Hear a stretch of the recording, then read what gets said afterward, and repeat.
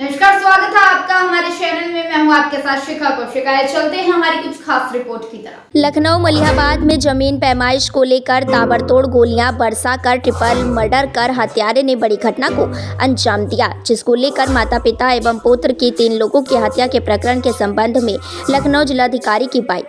घटना लखनऊ मलिहाबाद मोहम्मद नगर। मरने वालों के नाम फरहीन खान, हंजला खान और मुनीर खान की मौत है। लेकिन पैमाइश जो हुई है उसमें चूंकि थाने को सूचना नहीं थी, जिसके कारण वहां पर फोर्स नहीं था, और विवाद जो चल रहा था वो चूंकि एसडीएम कोर्ट में भी था, तो ये पुराना लंबित विवाद था। तो अभी इस पूरे प्रकरण की जानकारी की जाएगी। लेकिन इसमें जो महत्वपूर्ण बात आई है कि यहाँ जिस तरह की बात हुई है परिवार से, और जिस तरह से उनका एक दूसरे से रिश्तेदारी है, जान पहचान थी इनकी, वाद विवाद जब बढ़ा तो उसके बाद असलाह का प्रयोग किया गया है। हम इसमें शीघ्र इन लोगों की गिरफ्तारी करके बहुत सख्त कार्रवाई करेंगे। क्या कोई आरोपी हिस्ट्री शीटर है? कोई आरोपी जो बता रहे लल्लन क्या वो हिस्ट्री शीटर भी है? और अगर हिस्ट्री शीटर है तो उसका असलाह कैसे बना जाए? इन सब चीजों की जानकारी की जाएगी। अभी परिवार से जो बात हुई तो उन्होंने कहा कि उनके ऊपर मुकदमे हैं, और इसके बावजूद जो है वो वर्ष 2000 में इनका असलाह बनने की बात संज्ञान में आई है। इस प्रकरण की विस्तार से जांच करने की आवश्यकता है, क्योंकि अगर उनके विरुद्ध कोई अगर अभियोग पंजीकृत है तो किस प्रकार से इनका असलाह बना, ये भी संज्ञान में आया कि उनके पास एक पासपोर्ट है। अब ये किस तरह से हुआ, ये भी एक जांच का विषय रहेगा, क्योंकि जो एक्यूज्ड है, मेन एक्यूज जो सिराज अहमद है, उनके 2 बेटे पोलैंड में रहते हैं। तो ये बताया गया कि वो वहाँ उन्होंने विजिट किया था। तो ये भी पूरे प्रकरण की जांच की जाएगी, और सारे तथ्य जब सामने आएंगे तो आपके सामने रखे जाएंगे। अगर लेखपाल लल्लन खां के अलावा सब कितने लोग इसमें शामिल रहे, क्या संख्या रही? अभी जो हमें एफआईआर के लिए एप्लीकेशन दिया जा रहा है, बट अभी तक की हमारी जानकारी के अनुसार इसमें 3 व्यक्ति थे। अभी और भी इसमें जांच करेंगे तो पता चलेगा इसमें और कितने लोग थे। सर, क्या लेखपाल अगर उसकी कोई गलती होती उस पर कार्रवाई? अभी गलती तो नहीं कहेंगे, क्योंकि उसमें वो वहां पर पैमाइश करने गए थे। अगर थाने को सूचना दी जाती तो उसमें और अच्छे प्रबंध किए जा सकते थे, बट ये विषय इस समय नहीं है। इस समय मुख्य रूप से जो ये जघन्य घटना कारित की गई है, और जिन लोगों ने अपने लाइसेंसी असलाह का प्रयोग करके इस तरह से अपने परिवार के ही लोगों को चोट पहुंचाई है, उनके विरुद्ध कार्रवाई करने की है, वो हम करेंगे। और बाद में फिर उसमें सक्षम अधिकारियों को, जिलाधिकारी और सभी लोगों को इसके बारे में विस्तृत रिपोर्ट दी जाएगी। क्या मामला हुआ था सर पूरा? भाई वो घर पे लल्लन खां और उनका लड़का आए थे, फरीद का घर था, वहीं पर गोली चला दी उन्होंने। और क्या, हम तो थे नहीं मौजूद, हम आपको क्या गलत बता दें। बताया जा रहा है कि पहले वहाँ पे कुछ बातचीत हुई, उसके बाद घर पे आकर बातचीत कुछ नहीं हुई, एक बंटवारे का था सिलसिला, जिसको कि आज निरस्त भी कर दिया गया था। अब ये दबंगई दिखा के चाहते थे कि नफा। 3 लोग डेथ हुई है। कुछ घायल वगैरह भी क्या है? हमें नहीं मालूम। हम तो जब पहुंचे तो 2 जो जिंदा लग रहे थे उनको हमने गाड़ी में डाल के सीधा सरकारी अस्पताल मलिहाबाद पहुंचाया। लल्लन खां जिनके ऊपर मुख्य आरोप है, वो किस प्रवृत्ति? वो नहीं, उनका लड़का, वो तो गुंडे बदमाश हैं।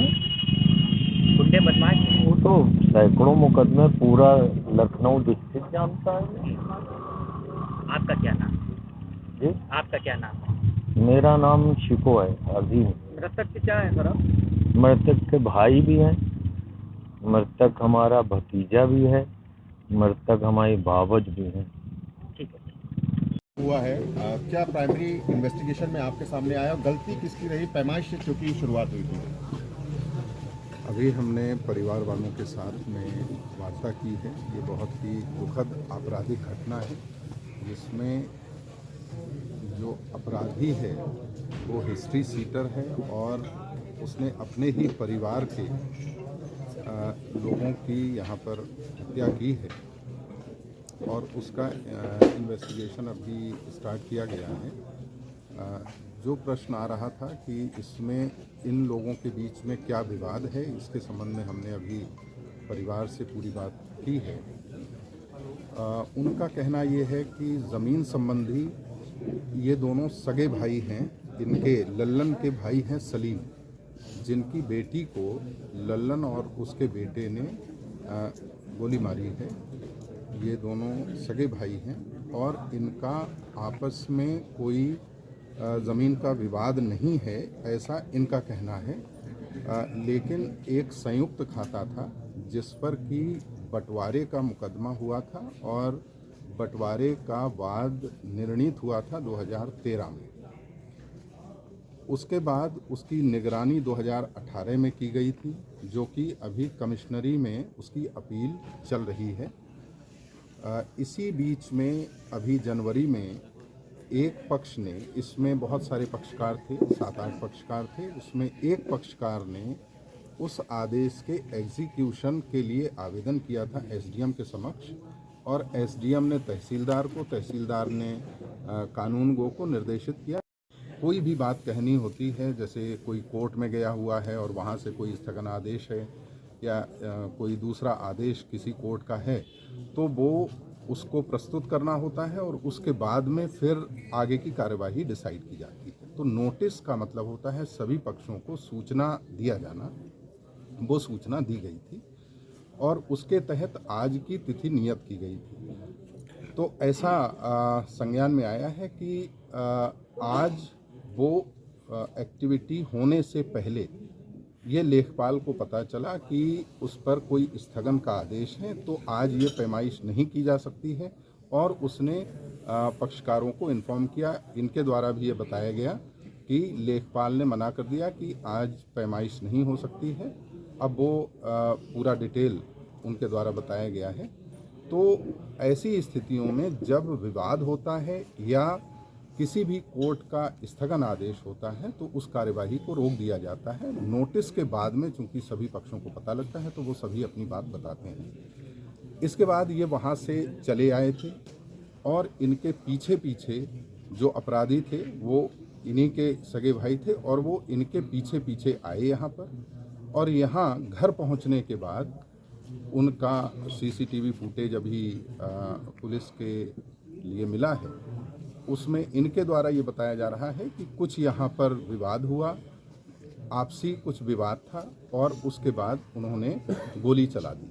तो अभी ये बाकी चीज़ें तो विस्तार से इन्वेस्टिगेशन का विषय है, लेकिन प्राथमिक तौर पर इनके द्वारा जो बताया जा रहा है कि इनका सीधे उससे कोई ज़मीन का विवाद नहीं था, लेकिन उसको ये लगता था कि उसका जिसके साथ ज़मीन का विवाद है उसका ये लोग सपोर्ट कर रहे हैं, ऐसा यहाँ बताया जा रहा है। लेकिन ये सब अभी फाइनल इन्वेस्टिगेशन के बाद ही पता चलेगा। तो इसमें तहरीर दी गई है और ड्राइवर की गिरफ्तारी हो चुकी है और बाकी भी गिरफ्तारी जल्दी ही होगी। इस घटनाक्रम में सर जो मुख्य अभियुक्त है उनके ऊपर कई मुकदमे हैं, 20 से ज़्यादा मुकदमे, ऐसे में उनके पास लाइसेंसी असलहे मौजूद होना, तो क्या इसमें भी प्राइमरी इन्वेस्टिगेशन आपकी तरफ से की गई है या मालूम पड़ा है कि मुकदमे होने के बावजूद भी उनके पास लाइसेंस था? नहीं, अभी इसके बारे में पूरी सूचना इकट्ठी की जा रही है और वो भी इमीडिएटली एक्शन लिया जाएगा उस पर। सर 2009 में सर जो उनका लाइसेंस बनाया उससे पहले इनको पेस्ट्री शीटर और तमाम जो मुकदमे इनके ऊपर दर्ज थे, उसके बाद किस तरीके से लाइसेंस बनाया गया, कहाँ कमी? अभी ये पूरा इन्वेस्टिगेशन किया।